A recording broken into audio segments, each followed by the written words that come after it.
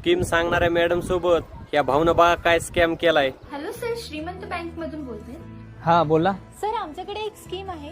तर आमची स्कीम अशी आहे. एक मिनिट. तुमची स्कीम ना माझ्या मित्राला पण सांगा. आमच्या दोघांचा पण फायदा होईल आणि तुमचा वेळ पण वाचेल. येस सर, ही तर फारच छान गोष्ट आहे.